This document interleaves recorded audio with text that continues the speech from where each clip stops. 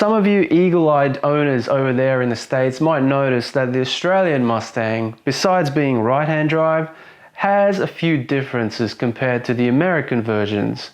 So let's go through those now.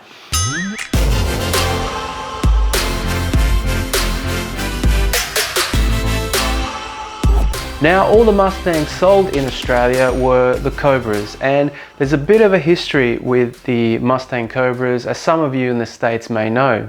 When these were first released, they were touted to have 340 horsepower, I believe, and all the magazines tested them and people received their cars, and well, they were very disappointed because the 340 horsepower that Ford marketed to everybody was just not there.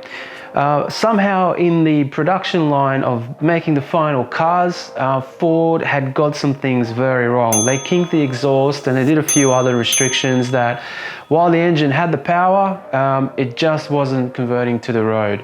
So Ford pulled these cars in 2001, and guess what? These in Australia were sold in 2001. So if you add one and one together, it would seem that some of those Mustangs that were held back in the States came right here and were sold to Australians.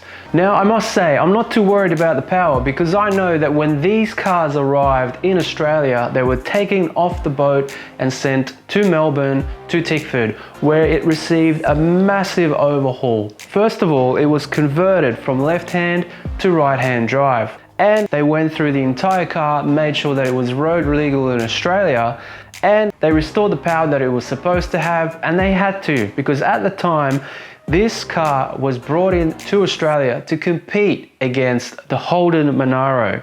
Ford had no coupe to offer against the brand new Holden Monaro that was just launched at a motor show to wide raving reviews, and Ford had to respond. So Ford USA had a bunch of Cobras sitting around, and what happened? Ford Australia said, hey, we'll take those, we'll bring them over here, we'll fix them, and we'll sell them against the Monaro. Now, you might also know the Holden Monaro as the Pontiac GTO. It was such a success at the time that GM under Pontiac sold them to the Americans as the new GTOs. But anyway, back to this car. So some of you eagle-eyed owners over there in the States might notice that the Australian Mustang, besides being right-hand drive, has a few differences compared to the American versions. So let's go through those now. So one of the first things you'll notice on this car is all the amber. Amber in the turn signals, amber indicators on the side, above the Cobra badge, which I actually think is quite nice. Looks like there's a little sun, a little oval-shaped sun above the Cobra, which illuminates when you turn the indicators on. And of course, we've got amber indicators on the back of the car as well. Now, the reason these were put on the Australian Mustang is because it's actually a design rule here in Australia. All indicators in Australia have to be amber. They can't be clear. Or as far as the taillights go, when the taillights indicate, they have to be amber. They can't be red like in the States. So this is why the Australian cars have amber indicators. Now, these are going for ridiculous money in the USA because the Cobras over there only had these amber taillights on for a year or two, I believe. So they're super rare over there. And to be honest, over here, the amber indicators are, well, they're a little bit frowned upon. Nobody really likes them. So it's quite interesting to see how the Americans absolutely love these things, because over here, most people, when they get a chance, they take these things off and swap them with clear lenses over here and just have either the bulb orange or sometimes even swap out the orange bulb to a chrome one, which when lights up it turns amber. So anyway, that's an interesting little fact. Now, the other thing that's cool about these Australian Mustangs is the fact that they've got extra lights in the front bumper. Kind of mimics a Shelby Cobra look from back in the 60s and the 70s. And the reason that these are there is not actually just for looks. In Australia, there are really stringent rules around where your headlights point and how bright they need to be and what sort of headlights can be on your car. So when Tickford in Australia got these cars, they actually had no choice. They had to install these headlights over here on top of keeping these as they were, because these act as high beams in Australia and they need to be there to basically meet Australian design rule standards. So anyway, that's an interesting little difference with these cars as well. Now, this is very much an SVT Cobra, and you might be wondering, why is the badge on the back of the car missing if it's an SVT Cobra? As you can see, there is no SVT badge there, which is usually there on these cars in the States. And the reason being, I'm told, is because it was purely for marketing. There was no SVT brand in Australia, so Ford in their wisdom decided to take those badges off and then just market these cars as Ford Mustang Cobras. But believe me, this is very much an SVT Cobra, and I can show that to you just by opening the bonnet. So as you can see, I have to reach all the way to the passenger side. Down here it might be a little bit hard to see, to pull the bonnet open, or the hood as you might call it. So there it is. So weirdly enough, while they converted this car to right-hand drive, they left the hood latch on the left, which you know, can be quite interesting when you're trying to open the bonnet from the driver's side. The other thing they've done is, as you can see, there's no key there on the driver's side to open your door. There it is on the passenger side. So thanks very much for that, Ford. That's really clever of you. But let me show you what I'm talking about with how I know that this is an SVT car. So there it is. There's the 4.6 4-valve V8 engine. And right there is the build plate. Built by, I'm not really sure, whoever that is. So there you go. All of these engines were hand built, of course, in Michigan. And that right there, my friends, is an SVT Cobra engine. So that's how, you know, people can prove in Australia that this is a genuine SVT car. The engine is definitely the same as the ones that were offered in America. Not to mention that the rear suspension setup that came on this car is the independent suspension that came on all the Cobra Mustangs. Most of the other things underneath here seem to be about the same fare. There might be some little differences, such as the way the coolant and the power steering is routed. I'm not sure, maybe you guys can tell me that. Also, is that the weight that is recommended in the US as well? Seems a little thin for me, but anyway. Now, another little difference I found between the Australian cars and the American cars is this thing. For whatever reason, there's some sort of resonator here on the Australian cars, which from what I can tell is not evident. It's not present on the American cars. It's a really strange thing. I don't know whether Ford put that on there over here because of noise in the cabin, or I don't know. If you guys know, please leave a comment in the description, in the comments down below, and let me know why this is here. That's a really strange one. Heading underneath the car, you will notice that our steering racks are obviously going to be different, because yours would connect out of the left side, whereas ours connects at the right side. So yeah, our steering shaft is in there somewhere, right there. The steering column goes into the car on that side for us, as opposed to the other side for everybody in the States. Now, another thing that I'm told is when Ford converted these to right-hand drive, they moved the engine slightly further back and if I'm not mistaken, a little bit to the left as well.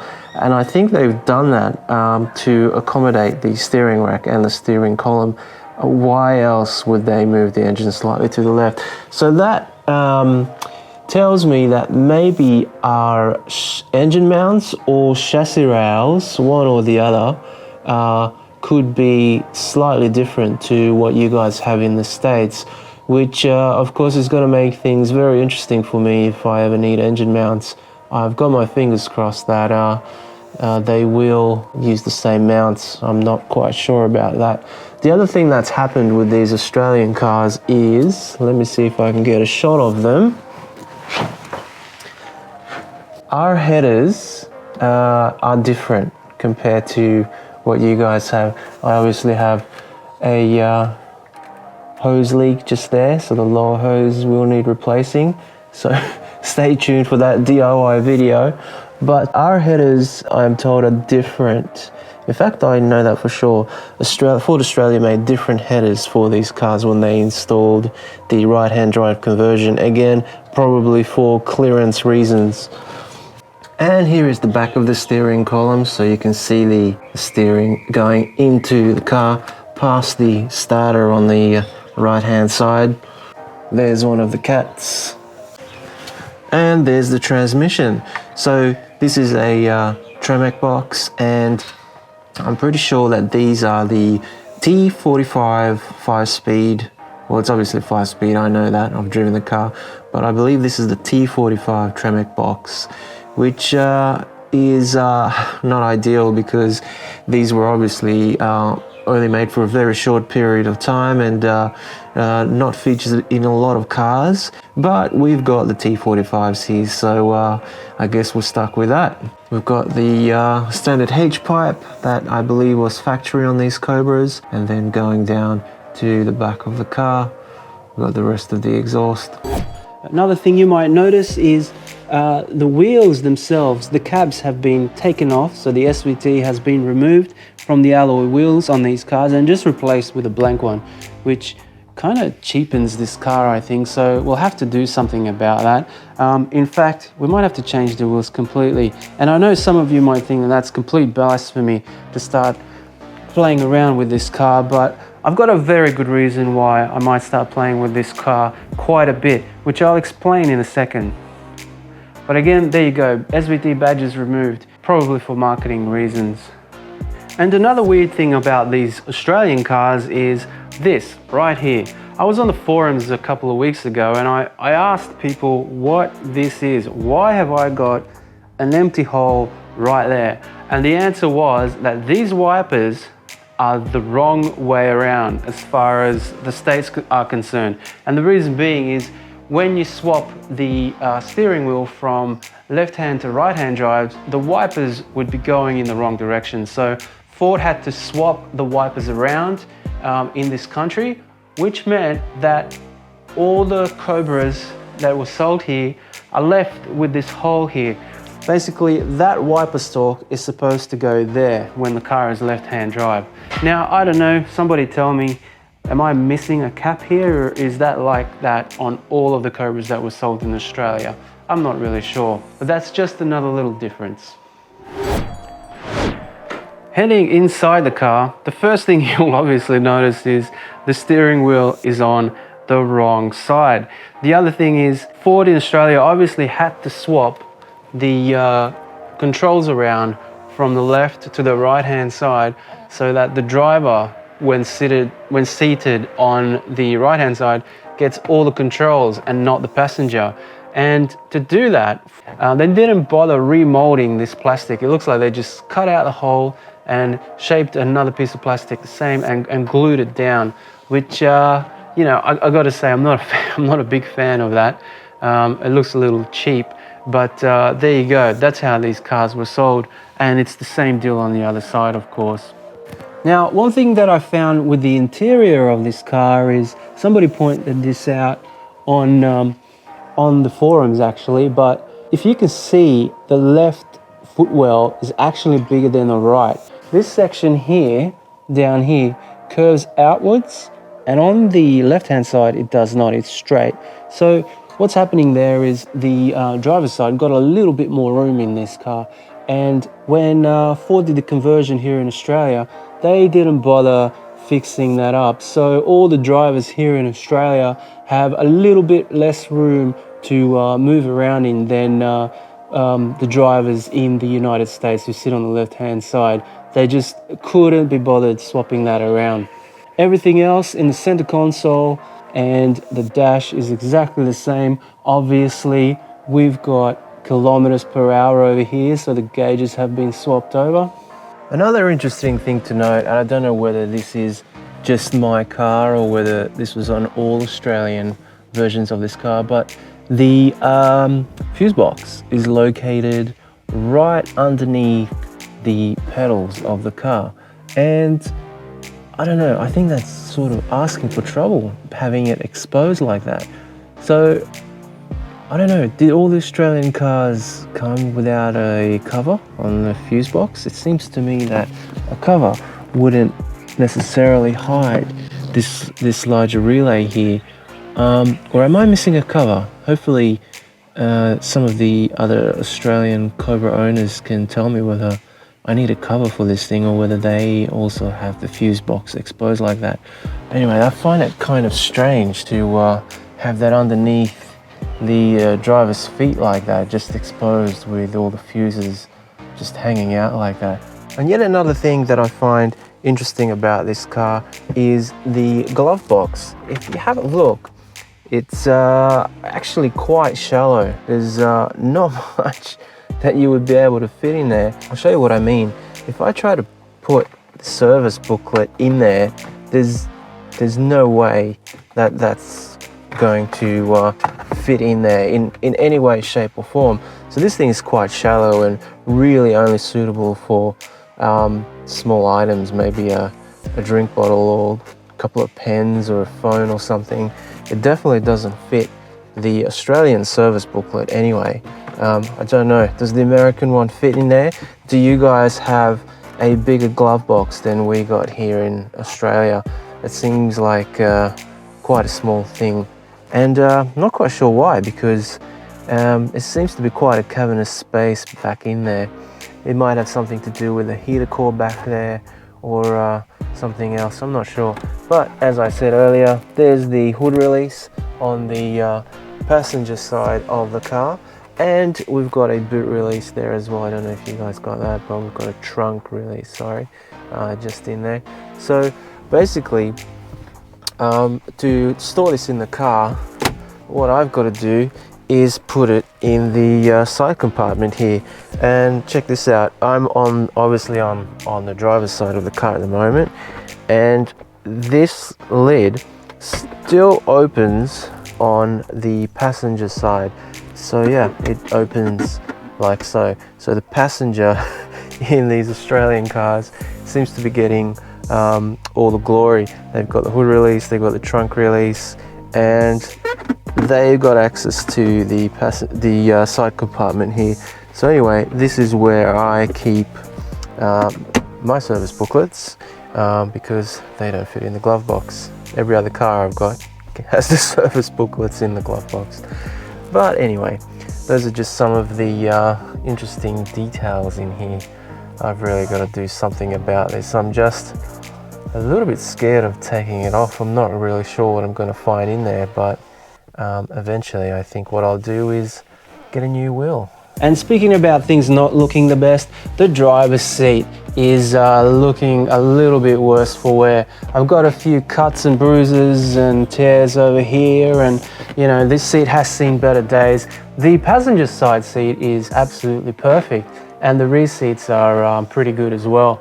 So it just means that this car has seen plenty of use. And to be quite frank, I don't mind that. I like the fact that this car was driven. It's part of the reason why I got it so cheap. This car has 150,000 miles on it, or 250,000 kilometers in Australian terms. So it's definitely been driven. I really like these Cobra stitchings though.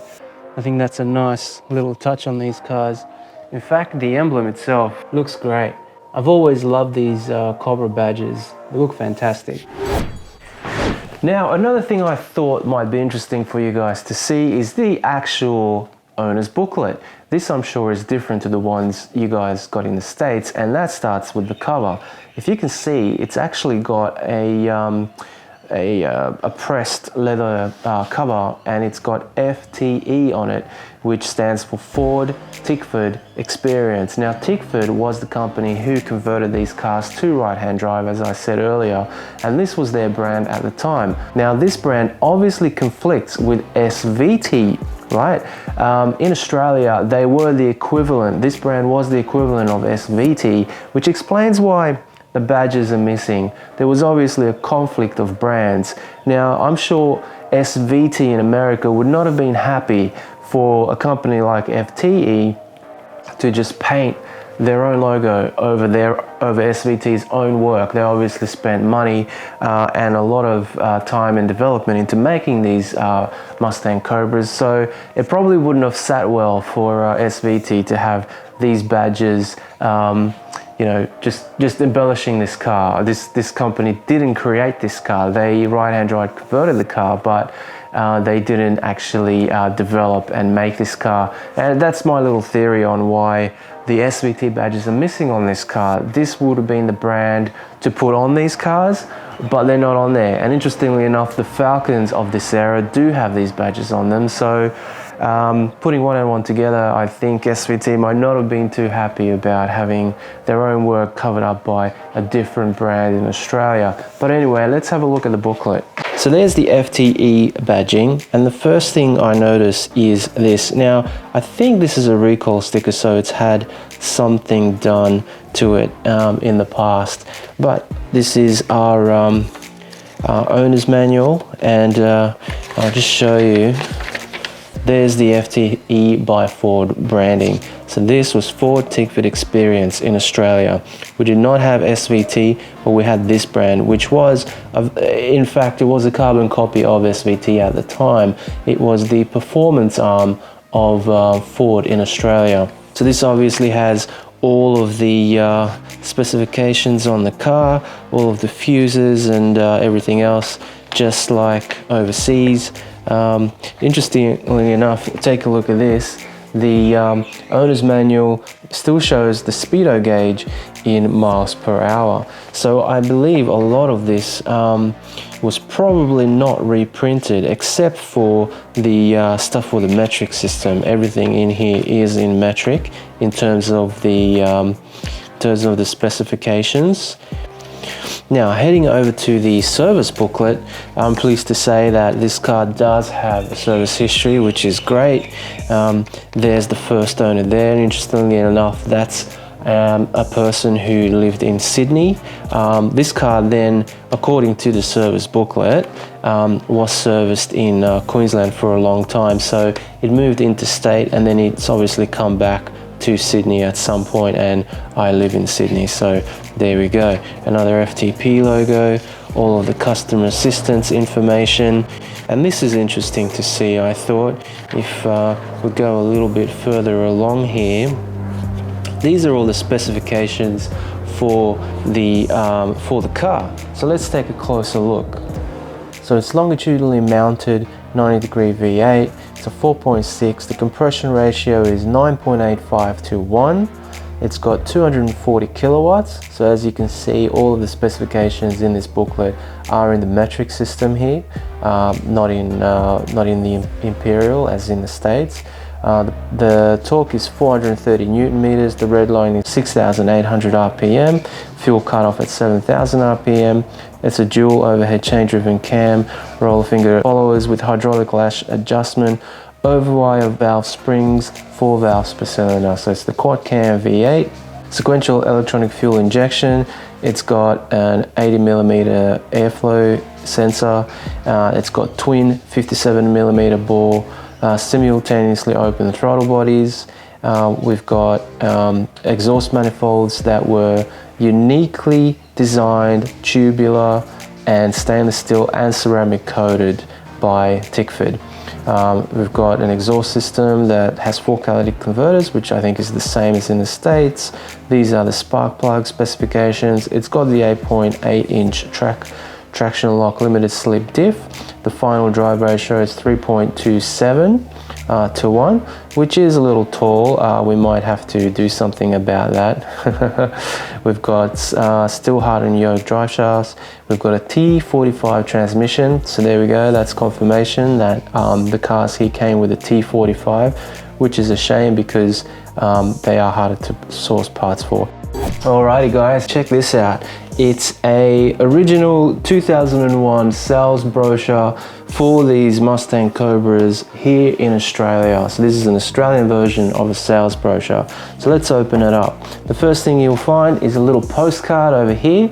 Now this postcard was a promotional postcard that says, "The wait is over, the new Ford Mustang Cobra has arrived. At its heart, an awesome 240 kilowatt 4.6 litre quad cam alloy V8, and you could win a month behind the wheel with the movie Gone in 60 Seconds, now available to rent on video." Remember those? Remember videos? See video for entry details. So obviously competition closes 31st of March 2001, so this competition is over, but yeah, there you go.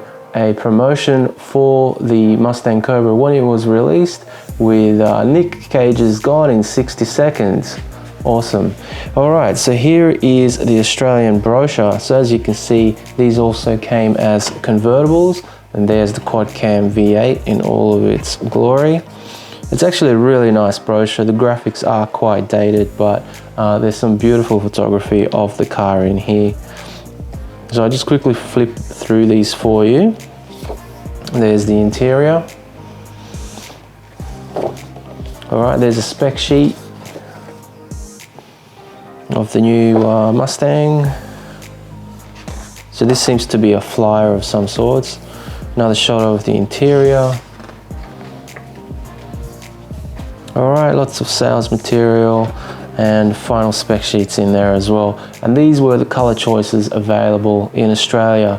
So we've got Oxford white, we've got black, laser red, which is what I've got, silver, true blue, and zinc yellow. And in terms of the interior, we've had medium parchment and dark charcoal as interior color options. All of the cars were available with the dark charcoal trim, but the silver and zinc yellow cars were not available with medium parchment. And that's probably a good thing, you know, that probably would have clashed quite a bit. But there you go. I thought you guys would have been interested in seeing the original sales brochure, the original Australian sales brochure from 2001 for the Australian Cobra Mustang. Alright guys, so that's it. I hope you enjoyed looking at this Australian example of the Cobra Mustang. It will be my new project car on this channel. I'm looking forward to making a lot of content on this car as well as the Focus. Well, in fact, I know I have a lot of content coming for this car because it needs some work. So I'll be recording that work and we'll see if we find any other weird changes that were made to this car compared to the US versions along the way. So if you'd like to see more on this Australian Mustang, please consider subscribing and clicking the bell so that you get notified when I release another video. And before I go, I wanted to say a special thanks to the guys and girls on the Facebook Mustang groups, especially New Edge Nation and SN95 Mustang Zone. Everybody's been very welcoming and super helpful with answering my questions. So thank you guys, I really appreciate it and glad to be a part of the group. Alrighty, that's enough chit chat from me. I've got some work to do, so I hope you liked this closer look at an Australian Cobra. If you did, please click the like button so that I know that I've done this right, and I'll see you around.